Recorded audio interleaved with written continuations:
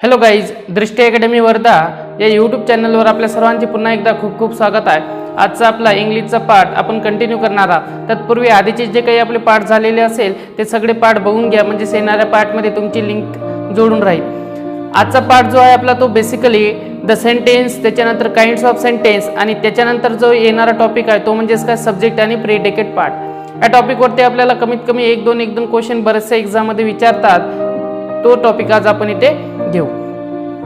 तर बघा, याच्या अगोदर आपण पाहिलेला आहे कॉमन व्होकॅब्युलरी. कॉमन व्होकॅब्युलरी आपण जनरली 3 पार्टमध्ये कव्हर केलेला आहे, ज्याच्यामध्ये आपण synonyms, antonyms, root words, prefix आणि सफिक्सेस का असते याच्याविषयी आपण माहिती करून घेतलेली आहे. त्याच्यानंतर वन वर्ड्स डिनोटिंग यासारखे काही शब्द पाहिलेले आहे. त्याच्यानंतर आणखी एक टॉपिक घेतलेला आहे, तो म्हणजेच काय वन वर्ड सबस्टिट्यूशन्स आणि मिनिंग ऑफ वर्ड्स. हे टॉपिक सुद्धा आपण कव्हर केलेले आहे. ज्यांनी कोणी मागचे पाठ बघितलेले नसेल, आधी त्या आपल्या दृष्टी अकॅडमी वर्धाच्या इंग्लिश या प्लेलिस्टमध्ये जाऊन ते सगळे पाठ तुम्ही पाहू शकता.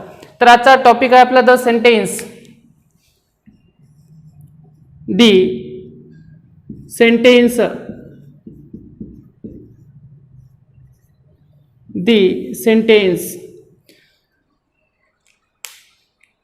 आता सेंटेन्समध्ये काय, जनरली आपल्याला मराठीमध्ये सुद्धा आपल्याला वाक्याची रचना याच्यावरती आपल्याला मराठीमध्ये सुद्धा प्रश्न येतात. त्याचप्रमाणे आपल्याला टॉपिक आहे इंग्लिशमध्ये द सेंटेन्स. द सेंटेन्समध्ये काय, शब्दाच्या अर्थपूर्ण मांडणीला त्यालाच काय म्हणतो आपण, वाक्य असे म्हणतो. मग सेंटेन्समध्ये सुद्धा आपल्याला तेच लक्षात ठेवायचं आहे. सेंटेन्समध्ये काय, when definition, when we speak or write, we use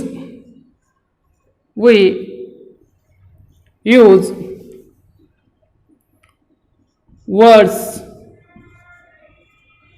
जेव्हा आपण बोलतो किंवा लिहितो तेव्हा जनरली आपण कशाचा वापर करतो, तेव्हा आपण शब्दांचा वापर करतो. मग शब्दांचा वापर म्हणजेच काय झालं, म्हणजे शब्दांचा वापर करतो म्हणजे ते सेंटेन्स होईल का? नाही. जनरली मी मराठीमध्ये तुम्हाला डेफिनेशन सांगताना सांगितलेलं आहे, जेव्हा आपण बोलतो किंवा लिहितो एक का असते, त्याच्यामध्ये एक फ्लुएन्सी असते, एक त्याच्यामध्ये एक शब्दांची का अर्थ असते, एक अर्थपूर्ण मांडणी असते. मग त्या शब्दांच्या अर्थपूर्ण मांडणीला काय म्हणतो आपण, द सेंटेन्स म्हणतो. फॉर एक्झाम्पल किंवा डेफिनेशन लिहून घेऊ आपण आधी. बघा, generally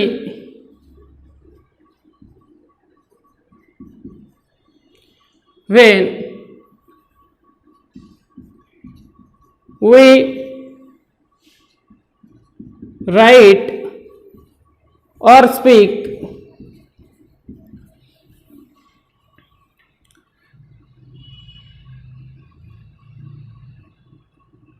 in a group of words which is make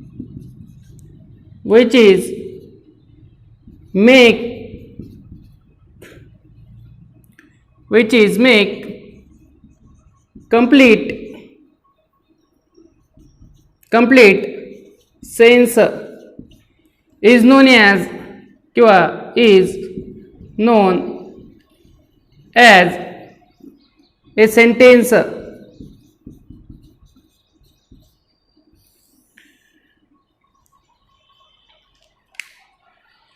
Simple definition is generally when we write or speak in a group of words which is make complete sense is known as sentence. आता कुठल्याही exam मध्ये जर तुम्हाला direct definition विचारलेली असेल, definition आलेली असेल the sentence वर, तर त्या डायरेक्ट तुम्हाला डेफिनेशन लक्षात ठेवायचं आहे. बघा, इथे generally when we write or speak in a group of words which is make complete sense is known as sentence. आता हा जो इथे शब्द आलेला आहे complete sense, हा महत्वाचा आहे. कारण एक सेंटेन्स लिहितो मी किंवा एक शब्द देतो. बघा, दी ड्रिवन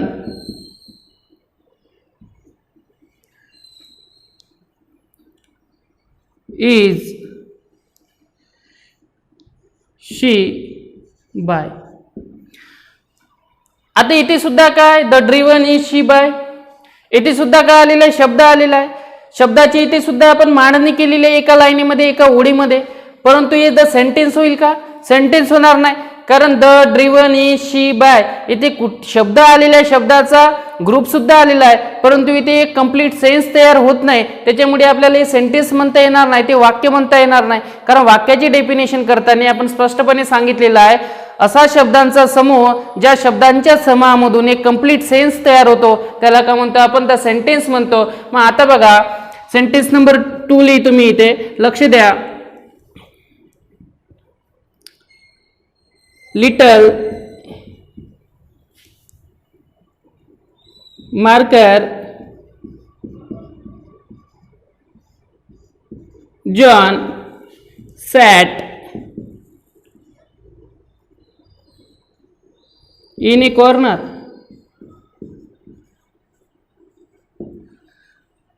आता सेंटेन्स नंबर सेकंड बघा, little marker John sat in a corner. आता इथे सुद्धा काय सेकंड सेंटेन्स मध्ये शब्द आलेला आहे, शब्दांचा एक समूह आलेला आहे, शब्दांची एक मांडणी केलेली आहे, परंतु या सेंटेन्स मधून एक अर्थपूर्ण बोध आपल्या समोर येऊन राहिलेला आहे. आणि तो बोध म्हणजेच काय? Little marker John sat in a corner, म्हणजे जो लिटल मार्कर जॉन होता तो एका कॉर्नर मध्ये बसलेला होता. मग कंप्लीट सेन्स बनवणार हे इथे जो शब्दांचा समूह आलेला आहे हे का होईल? करेक्ट सेंटेन्स होईल. मात्र हे सेंटेन्स होणार नाही, कारण इथे कुठेही कंप्लीट सेन्स तयार होत नाही, फक्त इथे का केलेला शब्दांचा एक शब्दांची मांडणी केलेली आहे, परंतु ती कंप्लीट सेन्स तयार करणारी आहे का? नाही. मग द सेंटेन्सची डेफिनेशनच तुम्हाला लक्षात ठेवायची आहे. Generally when we write or speak in a group of words which is make complete sense is known as sentence. ही सेंटेन्सची डेफिनेशन आपल्याला एक्झाममध्ये विचारतात आणि एक्झाममध्ये येऊन गेलेली आहे. पुढे जाऊ आपण, पुढचा टॉपिक घेऊ आपण, kinds of sentences. Kinds of sentences.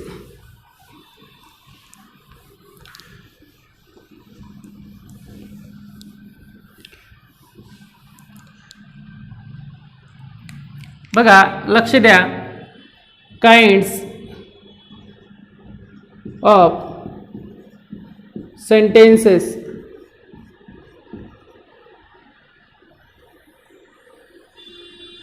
Simple definition आहे काइंड्स ऑफ सेंटेन्सेस. याच्यामध्ये काही टॉपिक लक्षात ठेवायचे आहे. पहिला टॉपिक तो म्हणजे काय? डायरेक्ट डेफिनेशन लिहितो मी.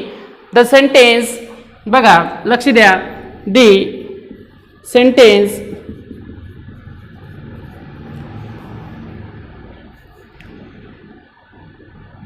write in a statement or assertion form or assertion is called declarative.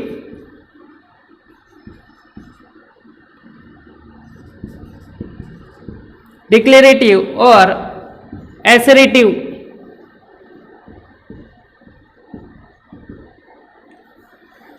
The sentence right in a statement or assertion is called declarative or assertive sentence. आता याच्यामध्ये तुम्हाला काय लक्षात ठेवायचं आहे? जो एक वाक्याचा प्रकार असतो त्या वाक्याच्या प्रकारामध्ये एक पहिला प्रकार सांगितलेला आहे, तो म्हणजेच काय? ज्याला आपण डिक्लेरेटिव्ह सुद्धा म्हणतो, ज्याला आपण एक स्टेटमेंट म्हणतो आणि ज्याला आपण ॲसरेटिव्ह सेंटेन्स सुद्धा म्हणतो.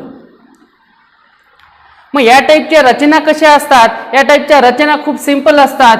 ज्या सेंटेन्समध्ये सब्जेक्ट किंवा वर्ब अशी रचना आलेली असेल, अशी रचना आलेली असेल किंवा डायरेक्टली तो सब्जेक्ट प्लस वर्ब अशी रचना आलेली असेल, ते सगळे सेंटेन्स का असतात? ॲसरेटिव्ह असतात, स्टेटमेंट असतात किंवा डिक्लेरेटिव्ह सेंटेन्स असतात. परंतु रचना कशी असायला पाहिजे? सुरुवातीला सब्जेक्ट, त्याच्यानंतर काय असायला पाहिजे? वर्ब, नंतरचे तुम्ही अदर वर्ड्स तुम्ही जोडू शकता. ओके. आणि लास्टमध्ये जनरली काय असते? इथे फुल स्टॉप असते. तर इथे मी बघा लास्टमध्ये इथे का देतो? फुल स्टॉप देतो. हे तुम्हाला लक्षात ठेवायचं आहे. आता एक एक्झाम्पल देतो. फॉर एक्झाम्पल, एक्झाम्पल नंबर 1 बघा. हॅम्प्टी प्रॉम्प्टी sat on a wall. Sat on a wall. आता असा प्रश्न केलेला असेल, which kinds of sentence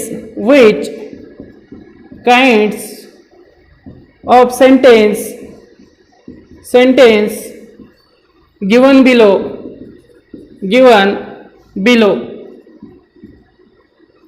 पहिलं ऑप्शन दिलेलं आहे आपल्याला डिक्लेरेटिव्ह सेंटेन्स. दुसरं ऑप्शन आहे आपल्याला ऑपटेटिव्ह.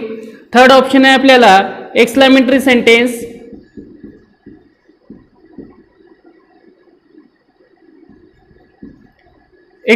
सेंटेन्स आणि फोर्थ ऑप्शन आहे आपल्याला नन.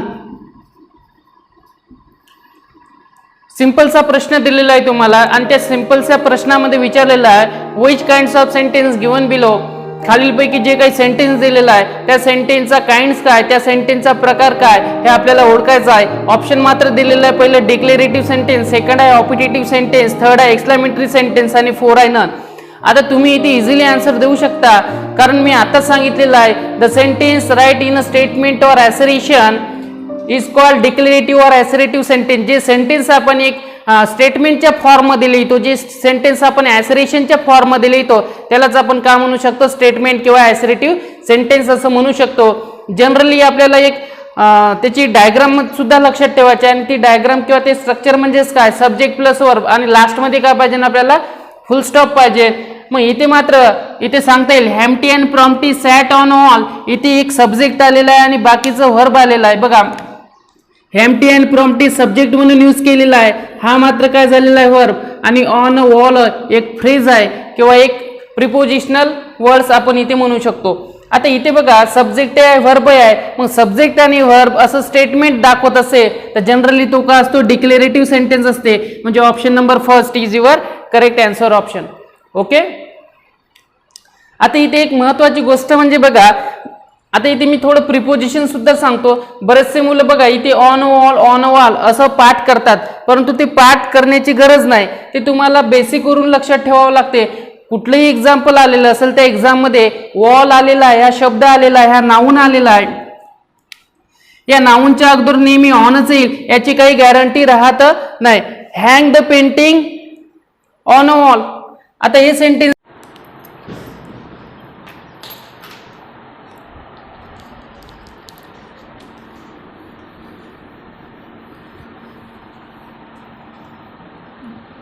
बघा आपला मधातच व्हिडिओ बंद पडलेला होता त्याच्यामुळे आपण थोडं फास्ट घेऊ. आपण द सेंटेन्स चालू होतं आपलं द सेंटेन्स आणि द सेंटेन्समध्ये आपण पहिला फॉर्म घेतलेला आहे, त्याच्यामध्ये आपण पाहिलेला आहे ॲसरेटिव्ह सेंटेन्स स्टेटमेंट, त्याला डिक्लेरेटिव्ह सेंटेन्स सुद्धा म्हणतो. सेकंड फॉर्म लक्षात ठेवायचा आपल्याला the sentence ask the question is known as interrogative sentence.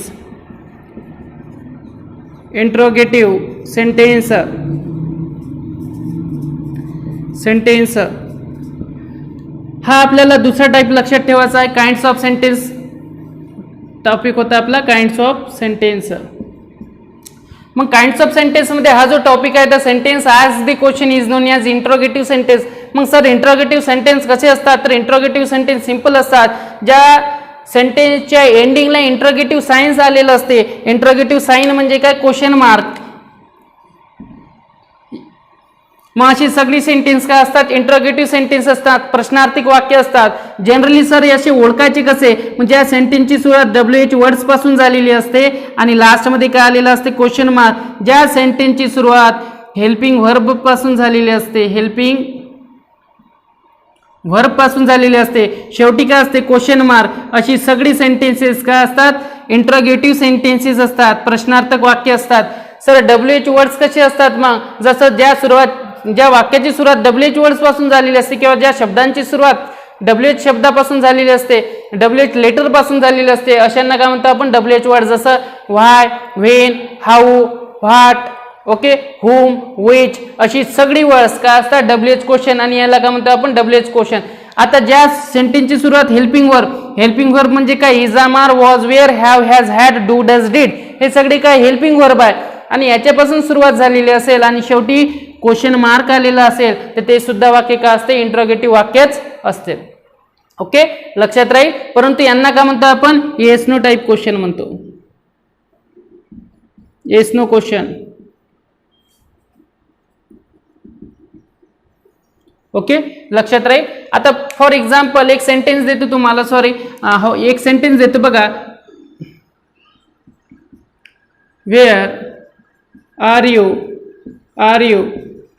Leave.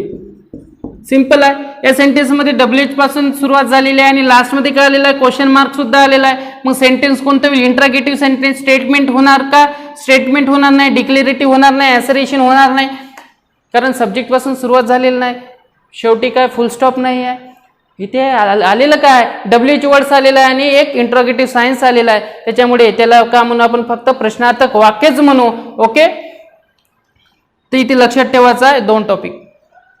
त्याच्यानंतर जाऊ आपण तिसऱ्या टॉपिककडे, आणि तिसरा टॉपिक म्हणजेच काय, तो आहे आपला आज्ञार्थी वाक्याचा, इम्पेरेटिव्ह वाक्याचा.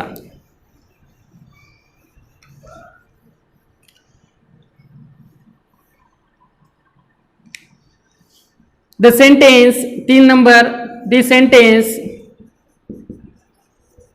describes command an entity is known as imperative sentence. आज्ञार्थी वाक्य म्हणतो आपण त्याला. आता आज्ञार्थी वाक्य बरेचसे याच्यावरती असू शकते, जसं ॲडवाईज वरती, थ्रिटेंड वरती, त्याच्यानंतर सजेशन वरती, त्याच्यानंतर ॲडवाईज करता याच्यासाठी सुद्धा आपण देऊ शकतो, त्याच्यानंतर सजेशन करता सुद्धा आपण देऊ शकतो. ओके, तर अशा वेगवेगळे इम्पेरेटिव्ह मध्ये वाक्य पाहायला मिळतात. जनरली तुम्हाला लक्षात ठेवायचं, इम्पेरेटिव्ह सेंटेन्स कसे असतात, इम्पेरेटिव्ह सेंटेन्सच्या वाक्याची सुरुवात प्लीज पासून झालेली असते, ज्या वाक्याची सुरुवात V1 पासून झालेली असते, ज्या वाक्याची सुरुवात डोंट पासून झालेली असते, ज्या वाक्याची सुरुवात नाऊन पासून झालेली असते, ज्या वाक्याची सुरुवात लेट पासून झालेली असते, अशी सगळी वाक्य कशामध्ये येतात, आज्ञार्थी वाक्यामध्ये येतात. इथे फक्त एक लक्षात ठेवायचं आहे की इथे हा जो नाऊन दिलेला आहे, नाऊन नंतर काय पाहिजे आपल्याला, कॉमा. जसं आकाश कम हिअर. आता हे जे वाक्य आहे, आता सर तुम्ही म्हणाल सर इथे काय दिलेलं आहे, एक लक्षात ठेवा, इथे कॉमा आलेला आहे, मग हे डिक्लेरेटिव्ह किंवा स्टेटमेंट होणार नाही किंवा ॲसरेटिव्ह सेंटेन्स होणार नाही, कारण इथे नाऊन तर आलेला आहे, परंतु नाऊन नंतर काय केलेलं आहे, मी कॉमा दिलेला आहे. हे इथे बघा कॉमा. आकाश कम हिअर, संबोधन, मराठीमध्ये संबोधन म्हणतो आपण, होकेटिव्ह केस. परंतु आता मात्र काय झालेलं आहे, इथे कॉमा आल्यामुळे ते काय झालेलं आहे, आज्ञार्थी वाक्य झालेलं आहे. आता बघा, आकाश कम्स हिअर, आता मात्र सेंटेन्स कशामध्ये गेलेला आहे, स्टेटमेंटमध्ये गेलेला आहे, डिक्लेरेटिव्ह मध्ये गेलेला आहे. आता मात्र इथे आपला आन्सर काय यायला पाहिजे, सर हे स्टेटमेंट आहे, हे डिक्लेरेटिव्ह सेंटेन्स आहे. परंतु जेव्हा मी इथे कॉमा देतो आणि हा V1 मध्ये लिहितो, फक्त V1, no yes no ED प्रत्यय, ओके, तेव्हा हे सेंटेन्स आज्ञार्थी वाक्य राहतात. तर हे लक्षात ठेवायचं इम्पॉर्टंट आहे. ओके, जेव्हा आपण आजचा शेवटला टॉपिक याच्यामधला सेंटेन्स नंबर 4.